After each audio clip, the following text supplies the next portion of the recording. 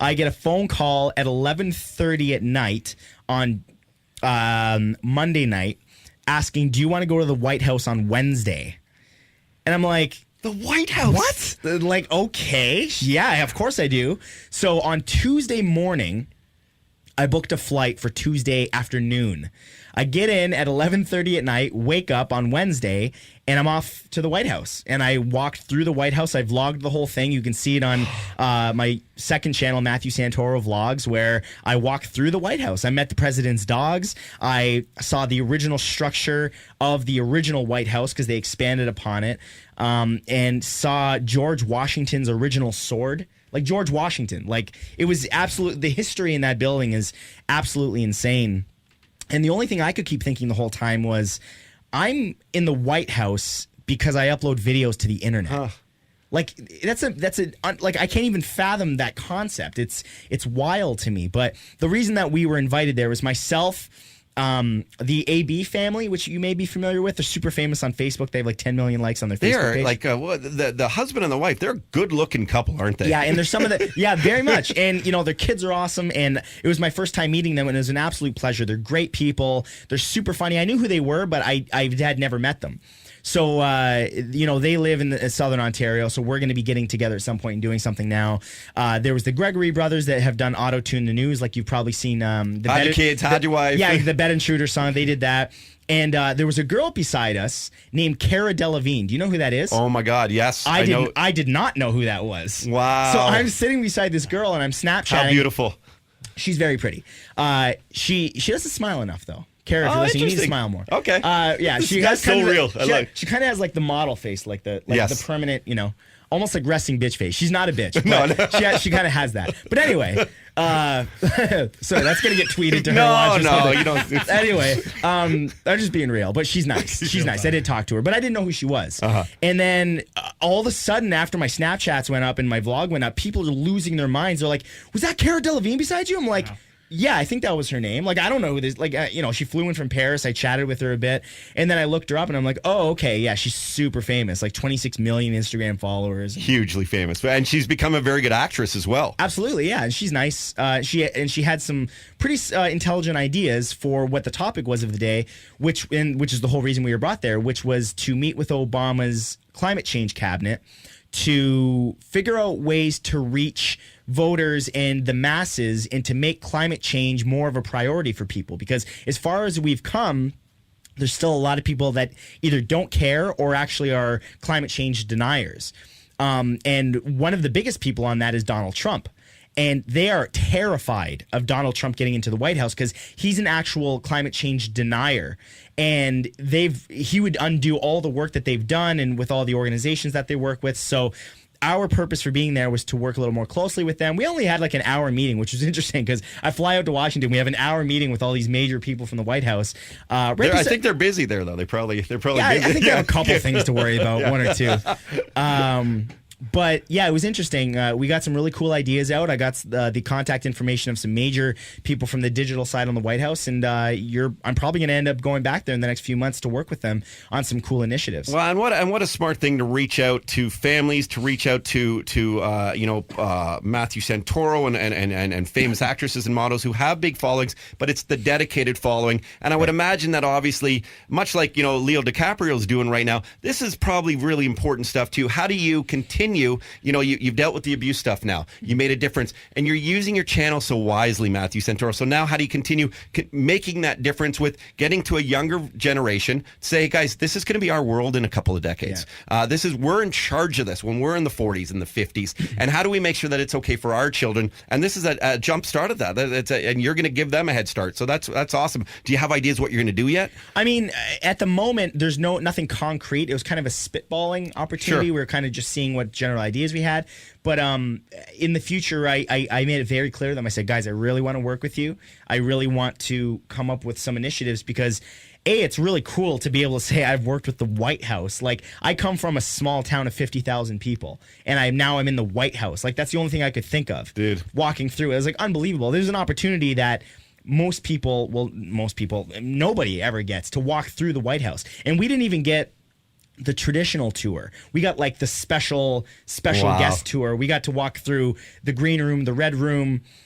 Really creative names. They're literally a red room, and they call it the red room. Where was the Clinton dress room? I wonder. But sorry, yeah, they had a big portrait of Monica Lewinsky, and there was a cigarette and a case beside it.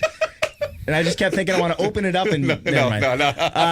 But that's the greatest. What an amazing. I'm so happy for you. I'm beyond happy for your success, and it's just the really, I live vicariously through what you're doing, man. And I would like to think that all of us here in this room on a show where we like to try and be positive, even though we have our moments, we would use that type of fame to make a difference too. And that's exactly what you're fucking doing. It's wicked. Yeah, and I agree. I completely agree. Is when you get to a certain amount of following, there's a certain responsibility that comes with that. And I think it was Uncle Ben that said it the best, with great power comes great responsibility, right? That's the whole Spider-Man thing. Matt, do you think the White House is listening to us right now? 100%. Actually, it's funny you say that, because the whole time I was really careful about what I was saying and what I was vlogging and Snapchatting, because I could only think like, man, they must have security everywhere. It didn't seem like it, but I felt like at any moment, just, special forces are going to come through the ceiling. It was one of those things. Were you nervous to vlog in there? Because I noticed I got permission. You got permission, and you were looking at the swords respectful. and the portraits and stuff. But even that kind of power to open up your camera and film,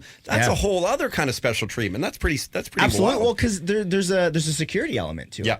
But one of the coolest things was, well, two things. One, the Oval Office where Obama does his work was directly beside us where we were. We were in the Roosevelt Room.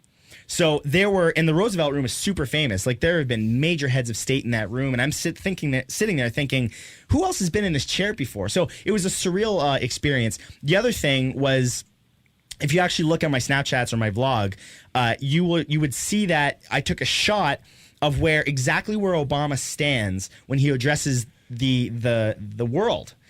In front of the media. And everybody knows that iconic shot where every president stands. It's that long, flowing red carpet, the doorway, and he sits in front of that podium. But I vlogged it from that angle, and then I turned around and showed where the media would be. Sure. So you kind of got to see it behind the scenes. Obama's point of view. Obama's point of view, exactly. And it was just an absolutely surreal opportunity. And I really wanted to meet B Boogie, but he wasn't there. Unfortunately, he was in Detroit. Okay. So I didn't get. But had he been there, for the water crisis over there, whatever. There's always there's a million things he's got to worry about. But unfortunately, he wasn't there, or else we would have met him. So great opportunity. I was thinking what you could do maybe is do your channel for a year to make a difference for climate change. Do it on like on an ice cap, and then slowly you'll get closer to the ocean floor, and you're going to get electrocuted because of all this equipment. And so that's how you can really show your younger audience on how we can make a difference, because we don't want shit to melt. That's a great idea, Todd. And you're going to get your vacation out of it too. Boom! I can't. I've always wanted to vacation on the tip of an iceberg. Just no suntan. Yeah, exactly. Yeah. Matthew Santoro hangs out with us. Thank you for your visit today. Of course. Thank you for really, truly making a huge difference in the world, positive difference in the world, because too many people, to get this type of fame and celebrity, are doing it through negative means, because people love the loudest talkers and love the guys couldn't imagine who you're talking about. No idea.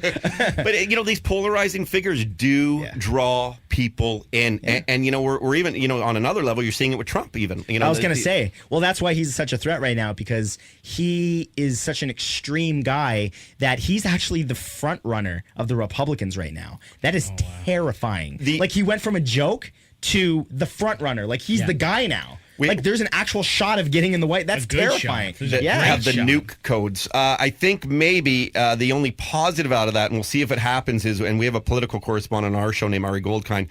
On the other the extreme is Bernie Sanders, who is like overly compassionate and showing overly signs of being empathetic to the needs of the poor and the middle class now, because of this increasing sort of diversity, lack of diversity between the rich and the poor, and really wants to make a difference. And wouldn't that be wild to see those two in a race? Trump, literally seems like the biggest bully in the world, to one of the nicest guys in the world, Bernie Sanders. And I can tell you this, if that happens, you're kind of proof that the nice guys do finish first. So, maybe that's foreshadowing or foretelling. Matthew Santoro, thank you for joining us on the program. Of course, guys. Thanks again. And I don't even need to tell people where to find you. It's everywhere. Pornhub.com/Matthew Santoro. I heard they make money now, too, that way. Like the way the YouTube people make money. Yeah. It's insane. Matthew Santoro, thank you. The Todd Shapiro Show. Canada laughs. SiriusXM 168. Don't forget to subscribe now to our YouTube channel. Subscribe. Subscribe. Now. Hit the button. Do it. Do it. Do it now. Do it. Right there. Do it. Do it now. Subscribe. Quick. Quick, quick, quick. Hit the button. Hit the button. Hit the button. Go, go, go, go. Go now. Now. Now. Now. That was the best interview I've ever had in my entire life. No. Was that not a good interview? Like, you... Don't record this.